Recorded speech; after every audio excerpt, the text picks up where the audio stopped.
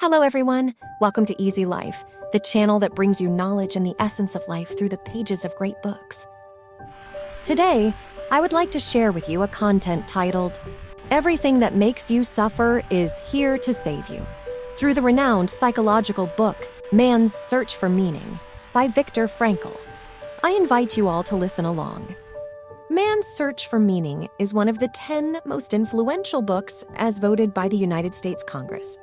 It has been translated into 24 languages and is famous worldwide. The author, Victor Frankl, is a renowned psychiatrist, often referred to as the miracle worker of the 20th century. During the Nazi regime, being a Jewish person, he was imprisoned in a concentration camp, famously known as the Death Factory. However, he not only survived within that hellish cage, but also pioneered with meaningful approaches to reignite the sense of life in those desperate souls. The book is divided into 2 parts. The first part recounts the author's experiences in the concentration camp, and the second part combines his personal experiences with academic insights to create a therapeutic method that helps people find the meaning of rebirth from dead ends and rediscover their noble steps in their own lives. If I were to summarize this book in 3 words, they would be choice, suffering, and meaning. A famous Russian writer once said, "I have only one fear, that is not to be worthy of the pain I've endured. I've endured so much, and I need to find meaning in what I've gone through." How to turn pain into meaning? Perhaps it's just a step away, called choice. And the distance between each of us, humans, lies in this step. Across all the mountains and rivers in life, who doesn't love their own life? But when the storm passes and the rain subsides, you will suddenly realize that indeed all the pain you encounter in this life is truly here to save you. If you are struggling with pain, despair in life, if you have countless confusions, sorrows, and fears, you can find strength from this book. Choice.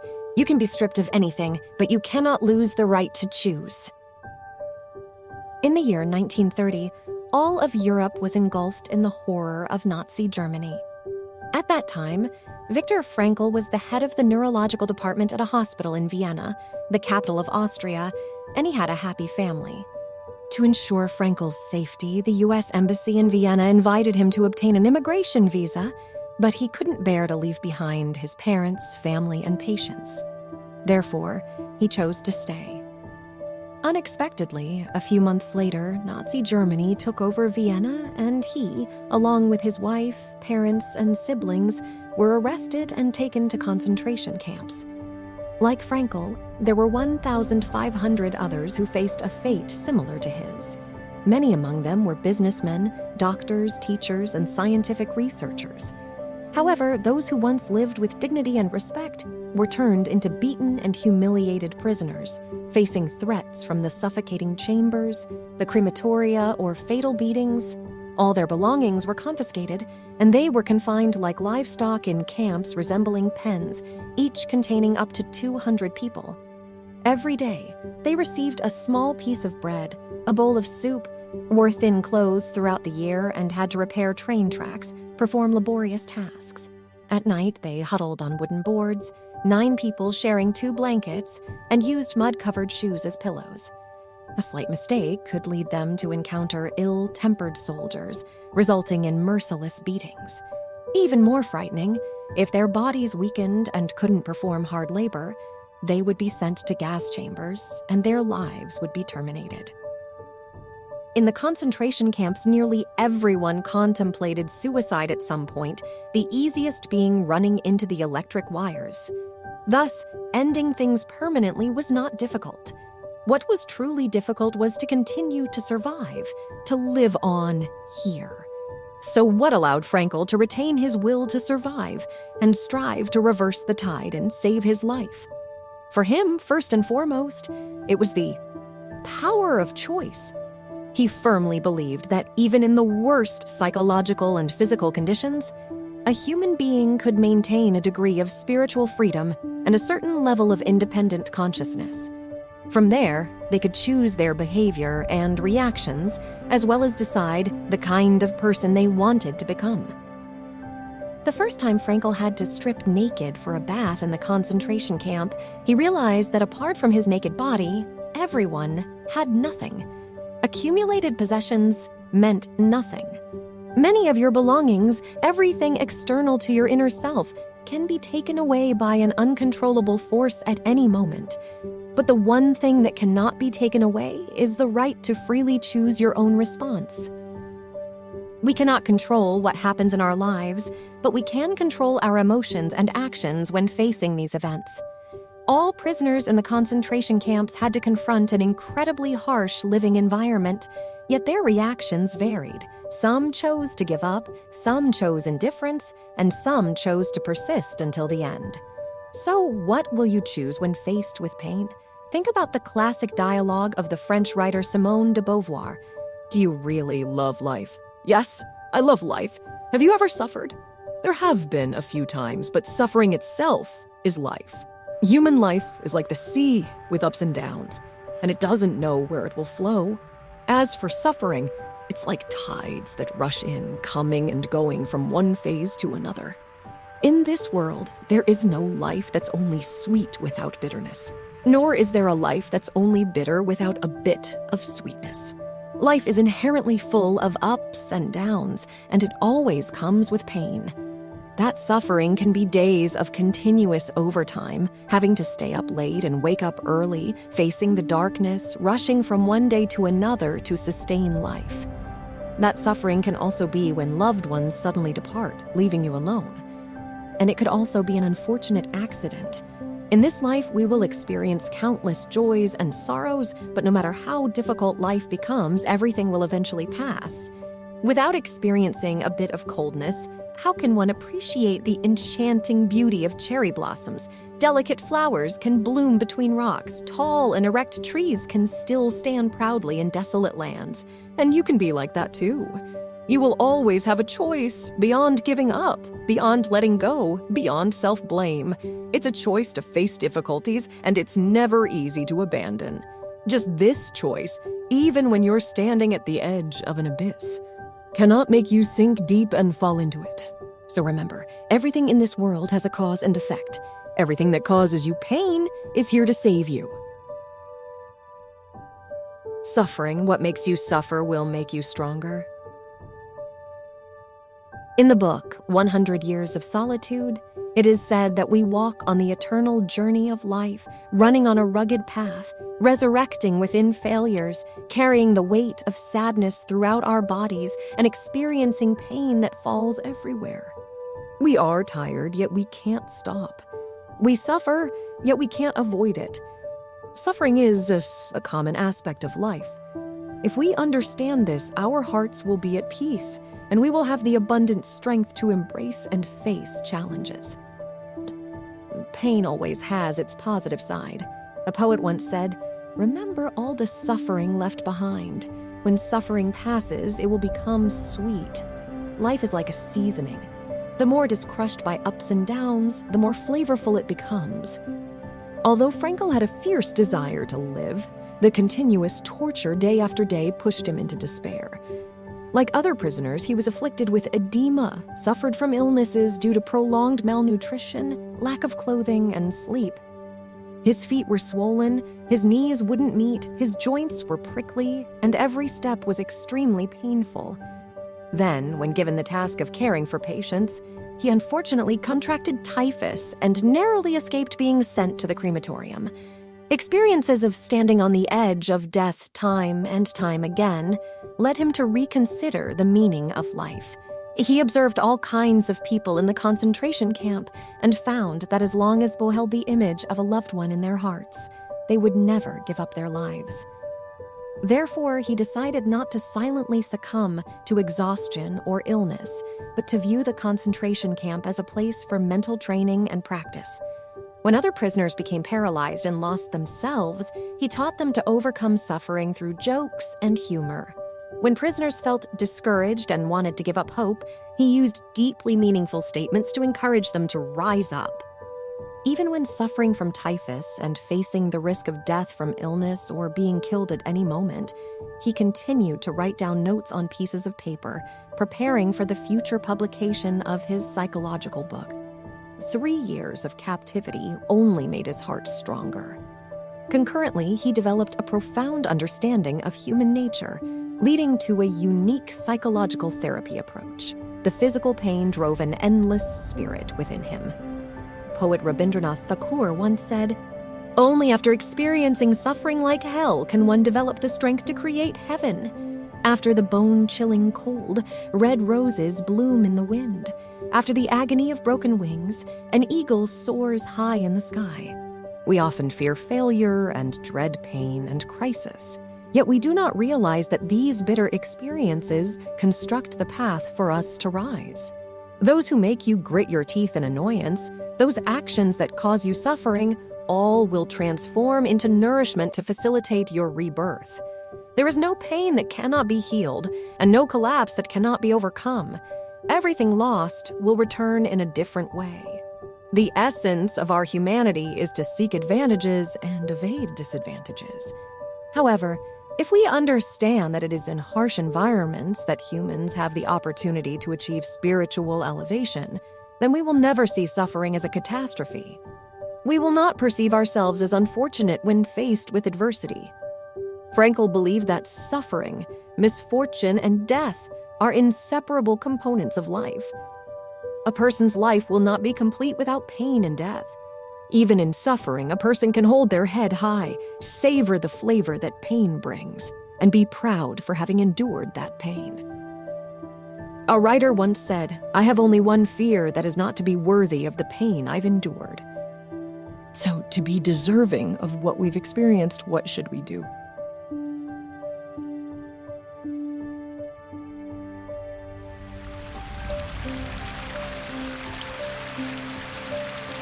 Meaning, a person with a reason to live can endure anything.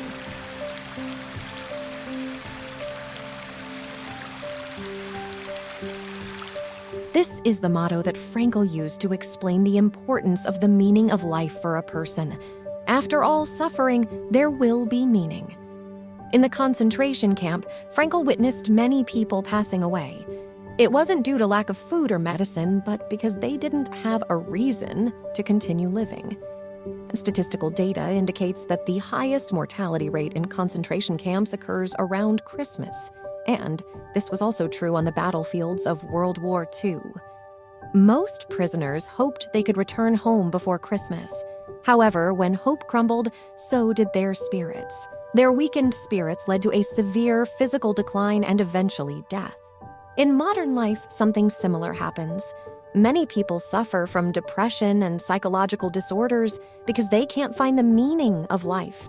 They lose their direction in a society where they feel trapped between existence and invisibility. That's why Frankl presents the perspective that what keeps humans going is not hope, but meaning. Human existence is about seeking the meaning of one's own life. For humanity, this is even more important than pursuing happiness or avoiding suffering. In the book, the author presents 3 different ways to help us find the meaning of life. Firstly, it's about engaging in emotionally fulfilling work or pursuing a specific career. In simple terms, it's achievement in one's profession.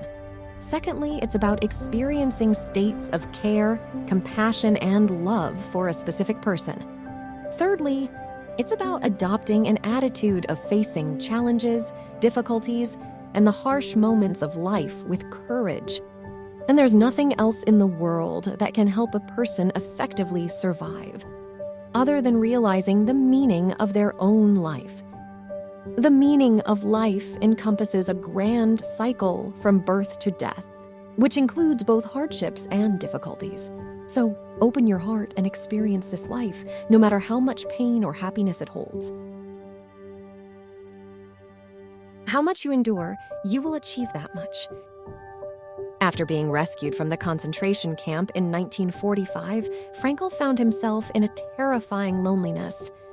His parents, younger brother, and beloved pregnant wife had all died in captivity due to illness and starvation. The fellow prisoners who survived alongside him had migrated to different countries. With no family or friends, he decided to return to his previous profession as a psychiatrist, aiming to help those suffering from psychological trauma after the war. He plunged into his work, combining his personal experiences with academic knowledge to develop logotherapy, a form of psychotherapy centered around finding meaning. Through lectures and counseling, he saved many fathers and mothers on the brink of suicide due to the loss of their children, husbands unable to let go of their deceased wives, and countless strangers trapped in confusion. He rewrote the manuscript he had held in captivity and spent 9 days completing the book Man's Search for Meaning. Over the following decades, he authored more than 30 books and traveled the world to give lectures. The experience of narrowly escaping death ignited a fervor for life within him, and he remained open to new experiences at any moment. At the age of 67, he began learning to fly a plane and became a certified pilot in a matter of months. At 80, he challenged himself with outdoor sports and even climbed the highest and largest mountain ranges in Europe. Even at over 90 years old, he continued speaking with visitors from around the world and personally answering letters each week to help people with their inquiries. Many were deeply moved by his actions. Prestigious universities like Harvard and Stanford invited him to teach, while political leaders, famous philosophers, and even Pope John Paul II read his books and visited him. Though war had destroyed Frankl's life and taken away his loved ones, he chose to rise above the ruins of suffering and lived with a radiant light. There's a saying, "Suffering is a stepping stone for genius, a stroke of luck for the talented, and an abyss for the weak." Suffering is always a challenge, a mandatory lesson in one's life. How much pain you can endure will determine how much achievement you can attain. From choosing to rise above suffering, Frankl ultimately gained a profound understanding of the great significance of life. His life left an enduring inspiration for millions of people worldwide. The psychotherapy method he founded, logotherapy, continues to assist and will assist generations to come. If you explore psychology or watch the psychological series shared by Easy Life, you'll notice that compared to cognitive psychology, logotherapy is not overly focused on internal and past issues. Rather, it primarily looks towards the future. Frankl believed that pursuing meaning, seeking the meaning of life, is the main driving force of existence. The author of How the Steel Was Tempered, Nikolai Ostrovsky, once said, "Human life is like a turbulent river, unable to find islands and encountering hidden rocks, with few smooth waves. To see the beauty of flowers, birds, and fish, we need the training provided by nature. Life will be better when we actively cultivate ourselves amidst difficulties. Only by overcoming unprecedented depths can we ascend to seemingly unattainable heights." When an individual finds meaning, they not only feel happiness, but also have the ability to face all difficulties in life. Let's all hope that when facing difficulties, pain, and failures, we can read the book Man's Search for Meaning and follow in Frankl's footsteps, transcending all suffering to possess a strong inner self, endless creativity, and passion for life. Let's cherish our present life as if we're living it for the second time. And if you wish to delve deeper into logotherapy, you can explore the book Prisoners of Our Thoughts. This book is unique because the two authors sought out Frankl to further study logotherapy, enabling people to apply it to their lives, empowering them with inner strength and intelligence to overcome the challenges of each individual's present life. This video concludes here. Thank you for listening to Easy Life, a channel that explores knowledge and life's meaning through captivating books. If you found today's video valuable, please share it with those who might find it helpful. Show your support by liking, subscribing, and turning on notifications to catch our latest weekly videos. And if you have any thoughts or feelings, don't hesitate to share them in the comments section below. Thank you, everyone. Farewell, and see you in the next videos.